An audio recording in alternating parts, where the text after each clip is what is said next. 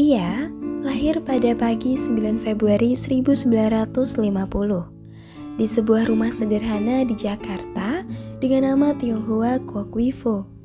Di keluarga besar dengan 10 anak, ia menempati posisi ke-6, bukan yang tertua, bukan yang bungsu, tetapi berada tepat di tengah pusaran tuntutan hidup dan kesibukan warung kelontong keluarga. Rumah mereka tidak pernah benar-benar sunyi. Ada suara pelanggan sejak pagi, suara ibu merapikan barang dagangan, suara kakak-kakaknya yang saling memanggil. Di tengah hiruk-pikuk itu, sejak kecil ia belajar bahwa hidup tidak pernah betul-betul memberi ruang untuk bermalas-malasan. Saat teman-teman seusianya bermain di gang-gang kecil Jakarta, Joko kecil justru akrab dengan aroma sabun batangan, beras, kecap, dan berbagai barang kebutuhan rumah tangga yang dijajakan orang tuanya. Ia tumbuh dengan memahami bahwa rezeki tidak pernah datang sendirinya, harus dicari, diusahakan, dan dijaga. Dan di rumah kecil inilah nilai-nilai itu tertanam, sopan kepada pembeli, jujur dalam menimbang, dan selalu bangun lebih pagi dari orang lain. Meski hidup mereka sangat bersahaja, orang tuanya percaya bahwa pendidikan adalah jalan memperbaiki nasib. Joko disekolahkan ke SD Tionghoa Beihua, lalu melanjutkan ke SMP Tionghoa Pachung. Di sekolah inilah ia mulai mengenal kedisiplinan dan kecintaan belajar. Ia bukan anak yang suka membuat keributan, ia lebih banyak memperhatikan, mengamati, dan menyerap. Apapun yang ia lihat, dari cara guru berbicara hingga bagaimana teman-temannya berdebat, semuanya ia simpan sebagai pelajaran. Namun, ia tidak hidup hanya sebagai murid. Setiap pulang sekolah ketika anak-anak lain baru memulai istirahat, Joko berganti peran, membantu menjaga warung. Tangan kecilnya belajar menata barang, mengingat harga, melayani pelanggan. Tidak ada yang mengajarinya secara formal. Ia belajar dengan cara melihat dan mencoba. Di usia belia, ia sudah terbiasa dengan rutinitas dua dunia, sekolah dan usaha. Seolah keduanya adalah jalan yang harus dijalani bersamaan. Tahun 1965, ia masuk ke SMA Pachung, melanjutkan harapan keluarga agar ia menjadi anak yang punya pendidikan lebih tinggi dibanding generasi sebelumnya. Masa-masa ini seharusnya menjadi awal kehidupan remajanya, masa untuk bertanya tentang masa depan, memikirkan profesi, dan mungkin sekedar menikmati duduk di kantin bersama teman-temannya. Tetapi semuanya itu berlangsung sebentar saja, karena pada 1966 segalanya berubah. Dalam hiruk-pikuk perubahan politik yang melanda Indonesia, pemerintah memutuskan menutup seluruh sekolah Tionghoa. Tidak ada musyawarah, tidak ada masa transisi. Semua berhenti seketika, dan Joko yang baru menginjak usia 16 tahun tiba-tiba kehilangan akses pendidikan begitu saja. Hari itu ia pulang dari sekolah dengan perasaan yang ia sendiri sulit dijelaskan. Bingung, kecewa, tetapi juga tidak berani protes. Bagaimanapun, ia hanya seorang remaja di tengah perubahan besar negara. Ia tidak pernah kembali ke sekolah setelah itu. Terlalu muda untuk disebut dewasa, tetapi terlalu cepat dipaksa menghadapinya. Ketika banyak remaja lain masih bisa bermimpi tentang masa depan, Joko harus menerima kenyataan bahwa pintu yang paling penting dalam hidupnya, yaitu pendidikan, sudah tertutup rapat di hadapannya. Tidak karena nilainya buruk, bukan karena ia tidak mau belajar, tetapi semata-mata karena keadaan. Namun, hidup terus berjalan, dan keluarga tetap harus makan. Maka Joko mencari cara untuk membantu. Ia bekerja di pemancar radio, sebuah pekerjaan yang menuntut disiplin, ketelitian, dan jam kerja tak menentu. Dari tempat itu ia belajar, bahkan pekerjaan kecil sekalipun membutuhkan tanggung jawab yang besar. Malam-malam panjang dilaluinya dengan menjaga peralatan, memastikan suara tetap jernih, dan berusaha tidak membuat kesalahan sekecil apapun. Di usia yang seharusnya ia habiskan di bangku SMA, Joko justru belajar tentang dunia kerja lebih tepat daripada siapapun. Ia belajar bahwa hidup tidak menunggu kesiapan seseorang. Ketika satu jalan ditutup, ia harus mencari jalan lain, meskipun jalannya kecil, gelap, atau belum pernah ia lihat sebelumnya. Yang ia tidak tahu saat itu adalah bahwa langkah-langkah kecil inilah yang kelak membawanya menuju perjalanan bisnis yang akan mengubah wajah retail Indonesia. Semua bermula dari sini, dari seorang remaja 16 tahun yang kehilangan sekolah tetapi menolak kehilangan masa depannya. Tahun 1967, saat sebagian anak muda baru mengenal apa itu mimpi, Joko justru mewarisi satu hal yang jauh lebih nyata, yaitu tanggung jawab. Di usia 17 tahun, ia berdiri di dalam lorong sempit pasar Arjuna yang ramai dan berdebu, mengambil alih kios keluarga yang mereka sebut toko sumber bahagia. Tidak ada perayaan, tidak ada tanda resmi bahwa ia kini menjadi tulang punggung. Yang ada hanya meja kayu sederhana, timbangan besi tua, dan tumpukan barang kebutuhan pokok yang harus ia jual demi menghidupi keluarga. Kios kecil itu adalah dunia barunya. Suara pedagang menawarkan barang, berbauan rempah bercampur dengan aroma ikan asin, dan langkah-langkah kaki pembeli menjadi musik harian yang mengiringi waktu. Joko bekerja dari pagi sebelum matahari naik sampai malam ketika lampu-lampu pasar mulai dipadamkan.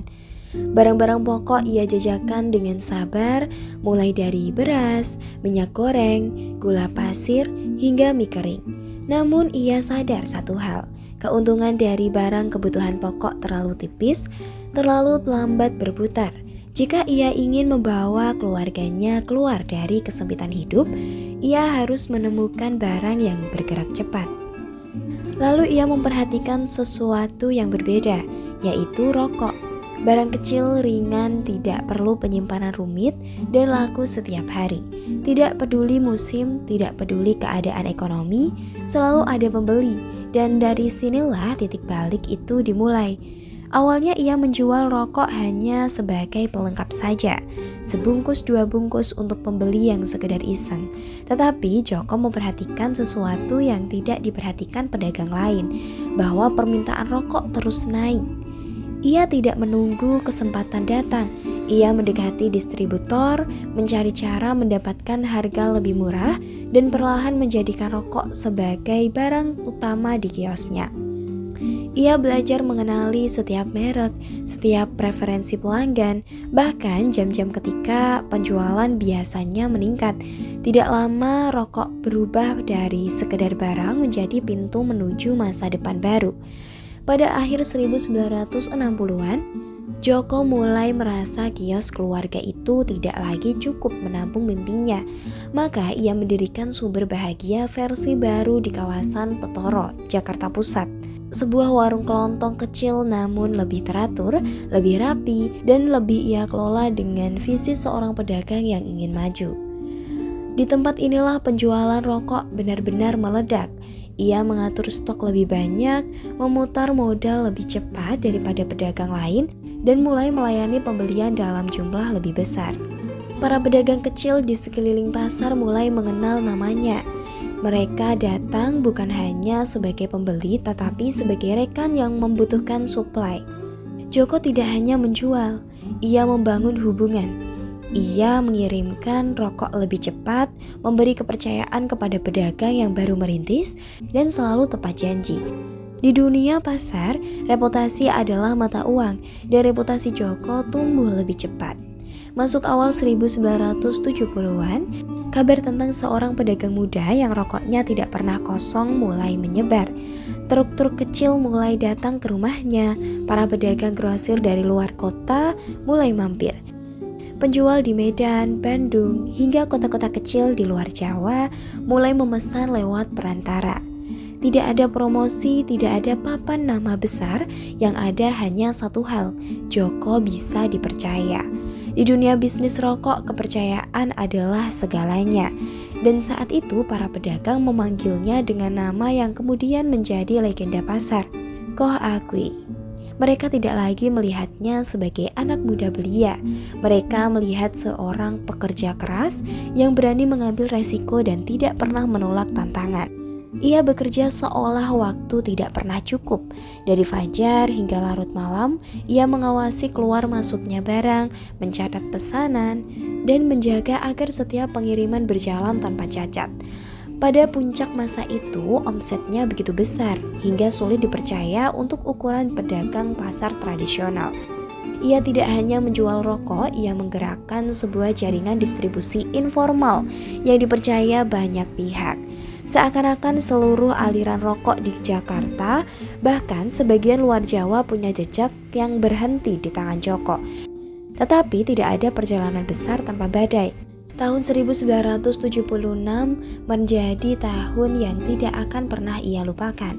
Pasar Arjuna terbakar, api menjilat kios-kios dengan ganas, melahap kayu, plastik, kardus, dan seluruh isi warung dalam hitungan jam. Tidak ada yang bisa diselamatkan, 80% modal bahkan mungkin 90% hangus begitu saja. Yang tersisa hanyalah abu, bau hangus, dan kenyataan pahit bahwa semua yang ia bangun sejak usia 17 tahun lenyap seketika. Banyak orang pasti akan menyerah pada titik ini, tetapi Joko tidak. Ia tidak punya pilihan selain bangkit. Dalam dunia pedagang kecil, jatuh bukan lagi alasan untuk berhenti. Itu hanya berarti harus memulai lebih cepat esok hari. Ia kembali menghubungi pemasok, meminjam sedikit modal, dan memulai ulang dari nol. Seolah memulai hidup kedua sebagai pedagang rokok. Bedanya kini ia membawa pengalaman bertahun-tahun tentang pasar, pelanggan, dan mental baja dari perjuangan yang telah ditempuh. Dari reruntuhan itulah ia membangun lagi bisnis yang lebih kuat, lebih luas, dan lebih matang. Ada masa dalam hidup Joko Susanto ketika langkah-langkahnya mulai keluar dari hiruk-pikuk pasar tradisional dan menjejak pada jalur yang jauh lebih besar. Jalur yang kelak mengubah wajah retail Indonesia. Setelah menghabiskan belasan tahun membangun reputasi sebagai grosir rokok yang disiplin, cepat, dan dapat dipercaya, keberhasilannya sebagai distributor lokal perlahan memantulkan gaung yang sampai ke telinga orang-orang besar di industri tembakau. Salah satunya adalah Putra Sampurna, pewaris dan pemimpin dinasti rokok paling berpengaruh di negeri ini. Pertemuan mereka pada awal 1980-an bukan sekedar pertemuan dua pengusaha. Itu adalah pertemuan dua cara pandang. Yang satu melihat masa depan melalui pola pikir industri, yang lainnya melalui naluri dagang yang tajam dari lapangan. Putra melihat pada diri Joko sesuatu yang jarang ia temukan, keuletan yang autentik, keberanian mengambil resiko, dan ketepatan eksekusi yang bahkan melampaui para distributor resmi. Sementara Joko melihat pada Putra Sampurna kesempatan untuk naik kelas, untuk bergerak dari lingkaran grosir pasar menuju dunia distribusi nasional yang lebih teratur. Tahun 1985 menjadi momentum penting. Keduanya sepakat menjalin kerjasama yang pada mulanya tampak sederhana. Membangun 15 kios rokok di beberapa titik strategis Jakarta. Namun kolaborasi ini sesungguhnya lebih dari sekedar membuka kios. Putra memberi akses pada jaringan distribusi Sampurna, Joko memberi kecepatan eksekusi dan insting lokasinya yang tak tertandingi. Dalam proyek-proyek kecil itu, keduanya mulai saling memahami ritme, karakter, serta cara kerja satu sama lain. 1 tahun setelah kesepakatan itu, Joko justru melakukan sesuatu yang berbeda dari bisnis rokok. Ia mendirikan Yayasan Pendidikan Bunda Mulia atau lebih sering dikenal dengan YPBM. Keputusan itu mencerminkan sisi diri yang jarang disorot, keyakinan bahwa pendidikan harus tumbuh berdampingan dengan bisnis. Setelah melewati masa muda yang sempat terputus oleh kebijakan penutupan sekolah Tionghoa, Joko memutuskan untuk membangun ruang yang tidak pernah bisa ia miliki sepenuhnya pada masa kecilnya. Ia bukan hanya pebisnis, ia sedang membangun institusi untuk masa depan orang lain.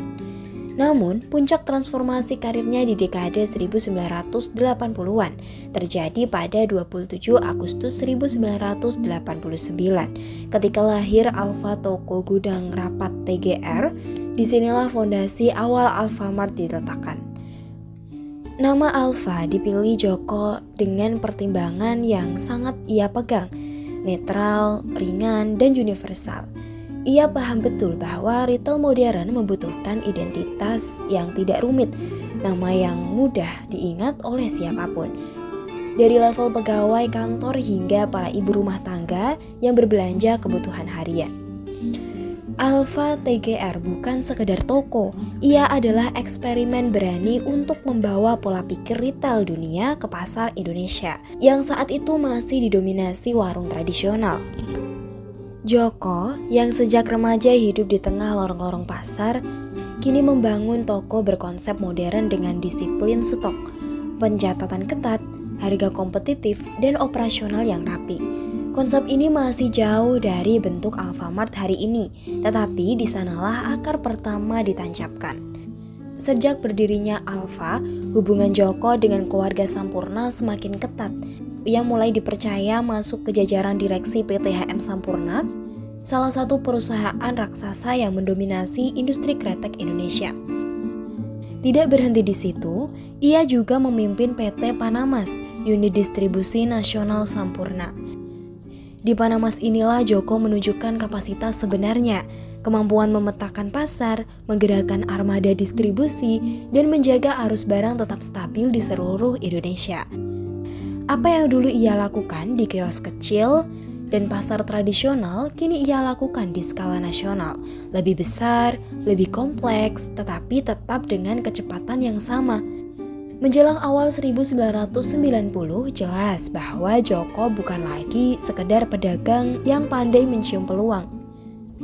Ia telah menjadi tokoh penting dalam transformasi distribusi modern dan mulai memegang peran strategis di salah satu grup Indonesia terbesar di negeri ini.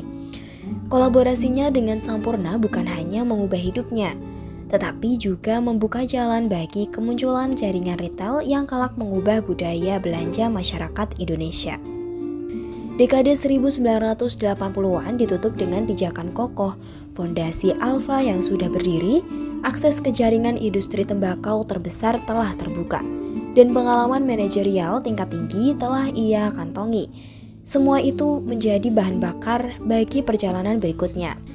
Perjalanan yang akan memperkenalkan Indonesia pada sebuah minimarket yang tentunya kini ada hampir di setiap sudut kota. Memasuki tahun 1990-an, perjalanan bisnis yang dimulai dari sebuah gudang distribusi rokok di Lodan, Jakarta Utara, mulai berubah menjadi sesuatu yang jauh lebih besar dari yang pernah dibayangkan Joko.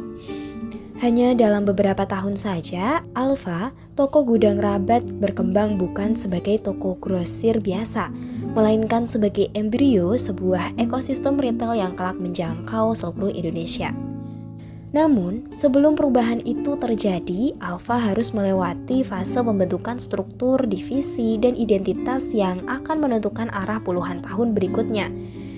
Sejak resmi berdiri pada 27 Agustus 1989 sebagai PT Alfa Retailindo, perusahaan terus memperluas jangkauan toko grosir berbasis harga murah. Bersama putra Sampurna, Joko Susanto, belajar bahwa retail tidak sekedar soal menjual barang, tetapi memahami denyut ekonomi rakyat kecil, apa yang mereka beli, kapan mereka membeli, dan berapa harga yang sanggup mereka bayar. Pada awal 1990-an, pertumbuhan toko grosir begitu cepat. Tahun 1991, Alfa membuka toko grosir besar di Kebayoran Lama, menandai ekspansi keluarga dari kawasan pelabuhan dan industri. Di tengah perkembangan itu, perusahaan membentuk beberapa divisi strategis, divisi swalayan untuk kebutuhan eceran, divisi grosir untuk pembelian besar, dan divisi distribusi untuk memastikan aliran barang berjalan stabil. Tahun 1996, divisi distribusi dipisahkan menjadi perusahaan sendiri, menjadi PT Atri Distribusindo, yang kelak menjadi salah satu distributor terbesar di Indonesia. Pada saat yang sama, Alfa Gudang Rabat tumbuh dengan 9 toko dan kepemilikan perusahaan bergeser menjadi didominasi PT Sumber Alvaria Trijaya atau lebih sering dikenal dengan anak usaha Sampurna. Joko memahami fase ini adalah masa pembentukan tulang punggung organisasi. Sistem stok, logistik, dan pengadaan yang kuat harus hadir sebelum ekspansi besar dilakukan. Namun, perubahan perilaku konsumen Indonesia mulai terlihat di akhir 1990-an. Kelas kota tumbuh, kelas menengah mulai muncul, dan kebutuhan terhadap tempat belanja yang dekat, bersih, kecil, dan praktis semakin terasa.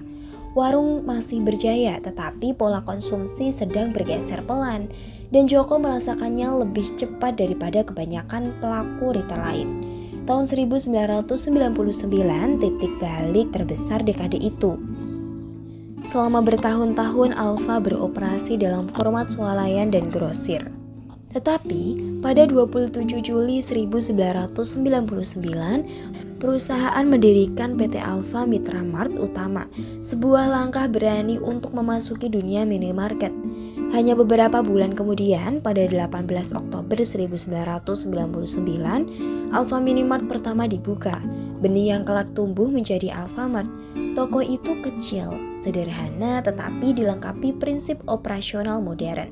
Stok rapi, harga konsisten, layanan seragam, dan lokasi yang dekat dengan pemukiman. Transformasi ini bukan sekedar perubahan format, tetapi perubahan paradigma. Alfa tidak hanya menjual barang, tetapi ia mulai membentuk kebiasaan baru masyarakat tentang bagaimana belanja harian seharusnya dilakukan. Joko menyadari bahwa minimarket bukan sekedar tren sesaat, ia adalah masa depan retail Indonesia, dan Alfa baru saja membuka pintu menuju babak yang sama sekali baru. Memasuki awal 2000-an, PT Alfa Retailindo mencapai skala yang belum pernah terpikirkan saat gudang Lodan pertama kali disulap menjadi toko grosir. Pada 18 Januari 2000, perusahaan resmi melantai di Bursa Efek Jakarta dengan kode Alfa.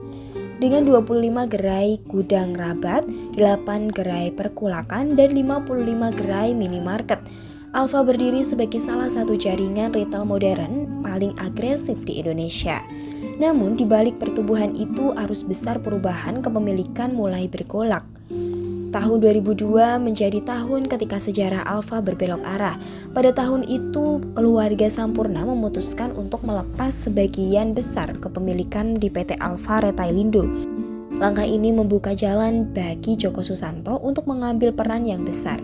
Lewat perusahaannya PT Sigmantara Alfindo, Joko mengambil alih 56,6% kepemilikan Alfa Retailindo, sementara Sampurna hanya menyisakan 23,4%.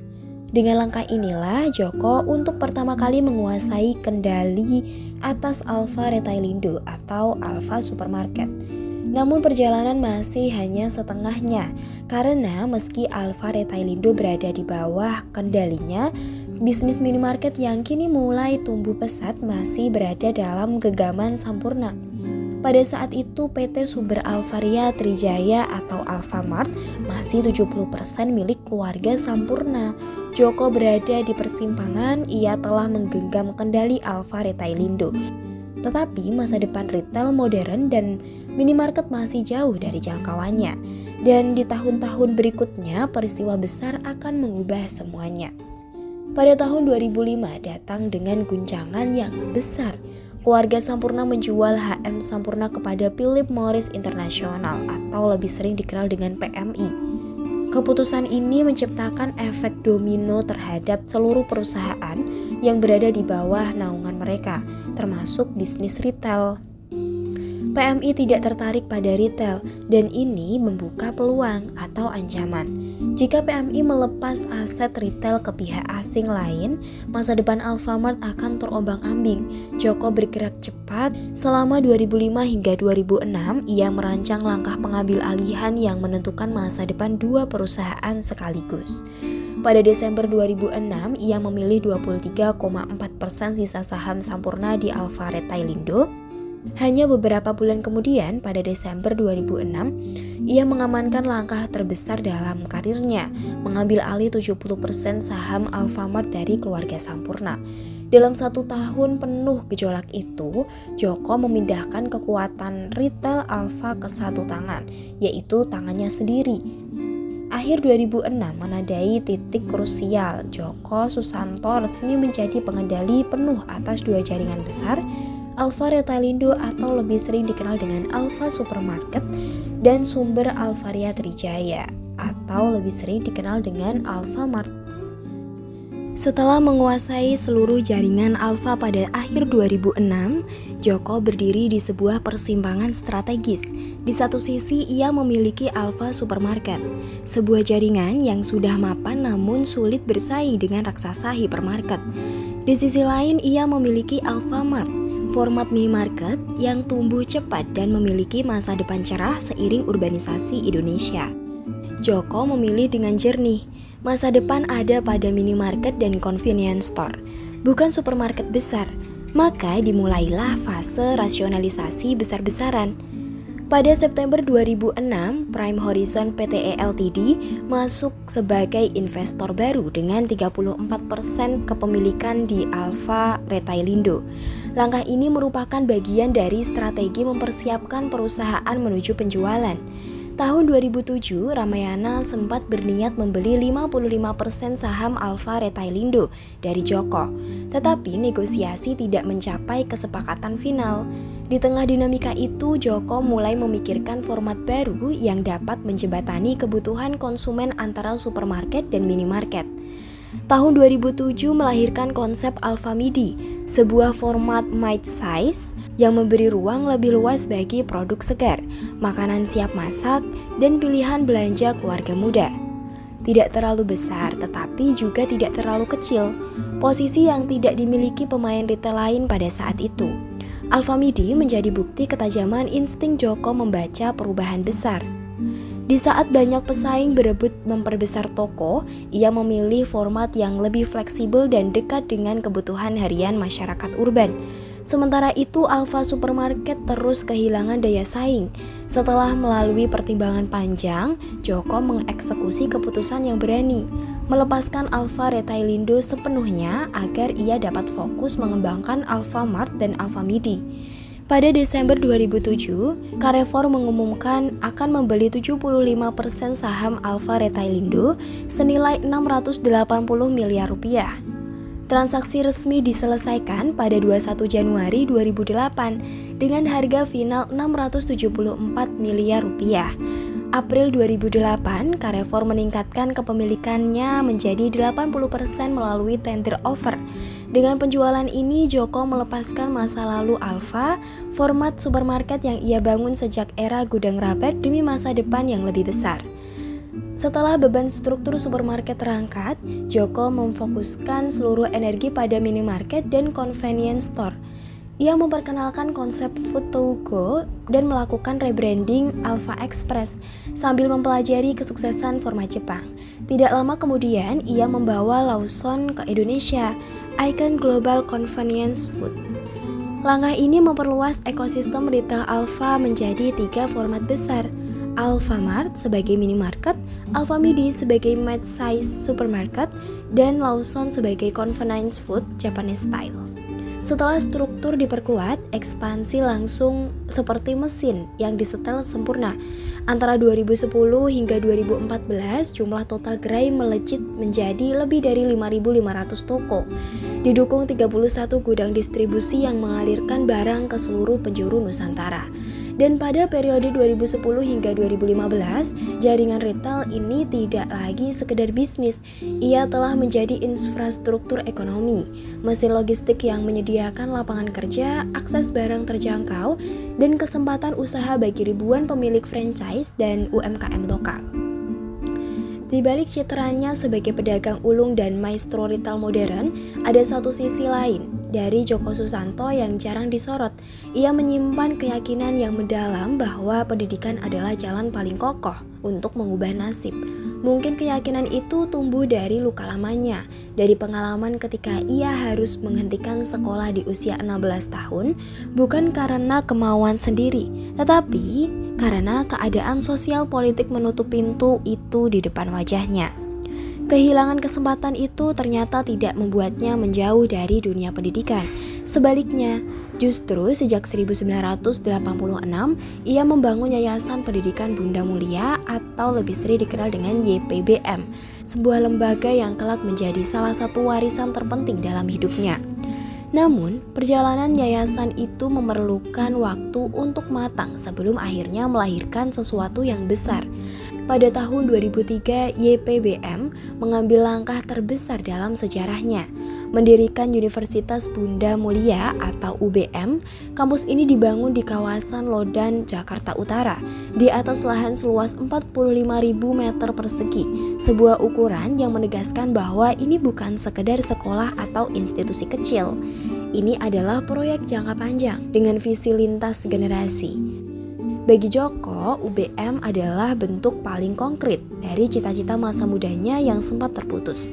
Jika ia dulu tidak bisa melanjutkan pendidikan karena sistem menutup pintu, maka ia sekarang membuka pintu itu selebar-lebarnya untuk puluhan ribu anak muda lain. Ia ingin memastikan bahwa tidak ada lagi anak yang harus berhenti sekolah hanya karena keadaan mengharuskan begitu.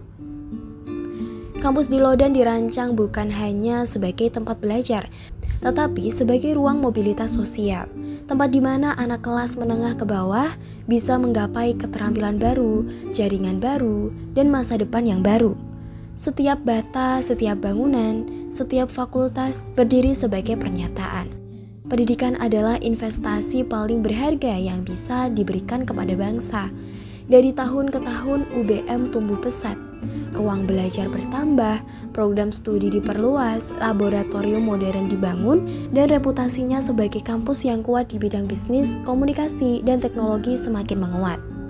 Ribuan mahasiswa datang dari berbagai daerah, membawa harapan yang sama seperti yang dulu Djoko miliki di masa kecil, keinginan untuk hidup lebih baik. YPBM terus mengembangkan kualitas pengajaran, melakukan modernisasi kurikulum, dan menyesuaikan pendidikan dengan kebutuhan industri. Alfamart sebagai empire bisnis juga membuka jalur karir bagi lulusan UBM, menciptakan ekosistem antara dunia pendidikan dan dunia kerja, yaitu irama yang jarang dimiliki banyak universitas. Puncak fase ini terjadi pada tahun 2017 ketika YPBM meresmikan kampus UBM Alam Sutera di Tangerang Selatan. Kampus ini tidak hanya menawarkan fasilitas lebih modern dan luas, tetapi juga menandai ekspansi UBM ke wilayah dengan populasi mahasiswa yang sangat potensial.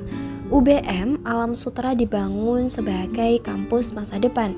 Ruang-ruang kreatif, gedung bergaya modern, laboratorium berteknologi tinggi, dan atmosfer akademik yang menekankan inovasi serta kolaborasi. Ini adalah simbol bahwa YPBM tidak berhenti sebagai penyedia pendidikan, tetapi sebagai motor yang mendorong peningkatan kualitas generasi muda Indonesia. Selama periode 2003 hingga 2017, Djoko Susanto tidak pernah tampil sebagai sosok yang menonjol di panggung akademik. Ia bukan tipe yang suka masuk podium dan berpidato, namun setiap keputusan besar, setiap ekspansi, dan setiap misi yang diemban YPBM dan UBM membawa nafas visinya. Pendidikan harus menjadi jembatan, bukan tembok. Ia mungkin tidak menyelesaikan sekolahnya sendiri, tetapi ia membangun tempat bagi ribuan orang untuk mencapai apa yang dulu ia idamkan. Dan pada akhirnya, dari banyak warisan yang ia tinggalkan untuk bangsa dan retailnya, jaringan tokonya, inovasinya, mungkin justru pendidikanlah yang akan bertahan paling lama.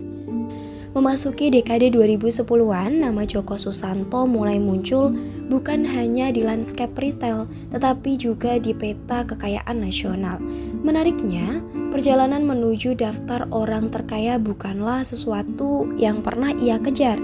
Ia tidak pernah menyusun target menembus peringkat sekian atau harus mencapai kekayaan sekian miliar dolar. Bagi Joko, keberhasilan adalah efek samping dari kedisiplinan, kerja keras, terutama kemampuan dalam menjaga kepercayaan. Hal yang sejak kecil tertanam ketika ia membantu menjaga warung orang tuanya.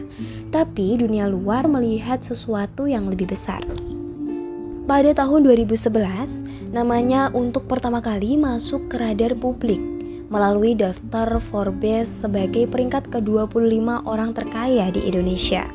Bagi banyak orang, kemunculan ini mengejutkan. Nama Djoko Susanto tidak sesering disebut seperti konglomerat lama lainnya. Ia selalu bekerja dalam senyap. Tetapi, 6.000 gerai Alfamart yang terus merayap masuk dari kota hingga desa berbicara lebih lantang daripada popularitas pemiliknya. Setahun berikutnya lonjakan terjadi. Pada awal 2012, Djoko naik menjadi peringkat ke-17 orang terkaya Indonesia. Kenaikan tajam ini bukan sekedar refleksi dari pertumbuhan bisnis, tetapi juga dari keyakinan investor pada model retail minimarket yang dianggap tahan krisis, relevan dengan kebutuhan masyarakat, dan memiliki daya ekspansi yang hampir tak punya batas. Namun, penghargaan dunia finansial jarang statis. Pada akhir 2012, peringkatnya bergeser menjadi nomor 20. Daya dinamis bisnis retail yang dipengaruhi pesatnya kompetisi, perubahan perilaku konsumen, hingga fluktuasi saham membuat posisinya naik turun. Tetapi satu hal tetap sama, grafik besar berada dalam tren mendaki. Pada tahun 2014 ia tercatat di peringkat ke-27, namun realitas di lapangan berkata sebaliknya. Jaringan toko terus tumbuh, waralaba berkembang, dan perusahaan semakin mapan dalam operasi logistiknya. Beberapa orang bilang penurunan peringkat hanyalah bayangan dari volatilitas pasar, sementara fondasi bisnisnya terus mengeras di bawah permukaan. Tahun 2015 menjadi salah satu tonggak sejarah pribadi.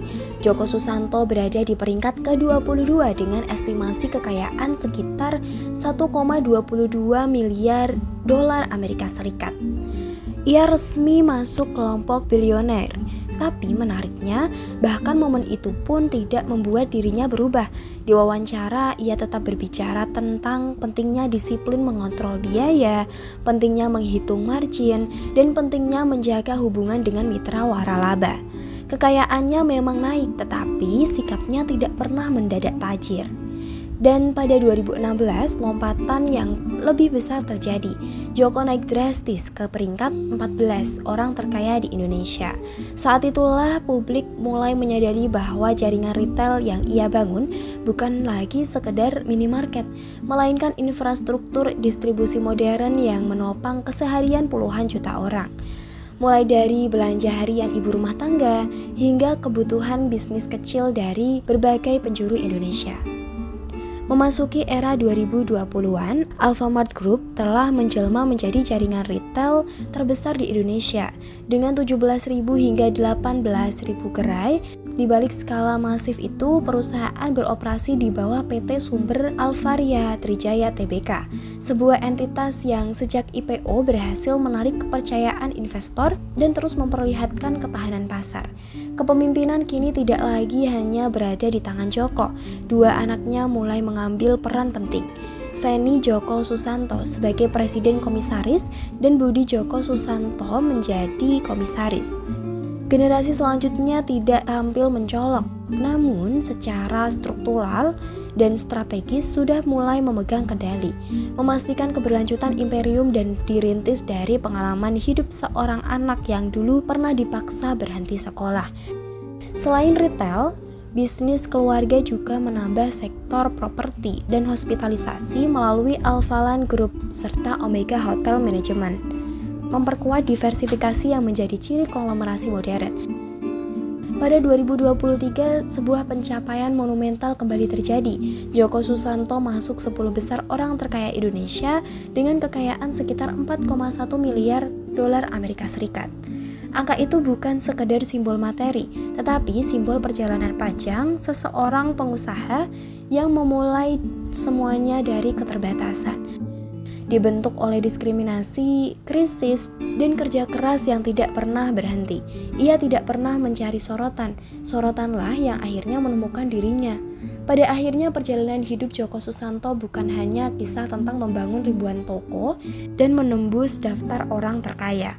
Ini adalah kisah tentang bagaimana seseorang yang pernah dipaksa berhenti untuk bersekolah pada usia 16 tahun tetap memilih untuk tidak menyerah, tentang bagaimana sebuah warung kecil bisa menjadi fondasi bagi jaringan retail raksasa, tentang bagaimana kepercayaan, disiplin, dan keberanian mengambil resiko mampu mengubah arah hidup seseorang, bahkan mengubah wajah industri retail Indonesia.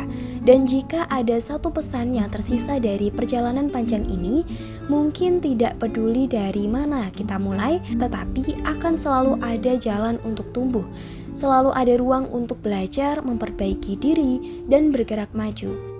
Karena pada akhirnya keberhasilan bukan datang dari keberuntungan besar, tetapi dari langkah-langkah kecil yang dilakukan setiap hari tanpa henti. Terima kasih sudah mengikuti kisah ini sampai akhir.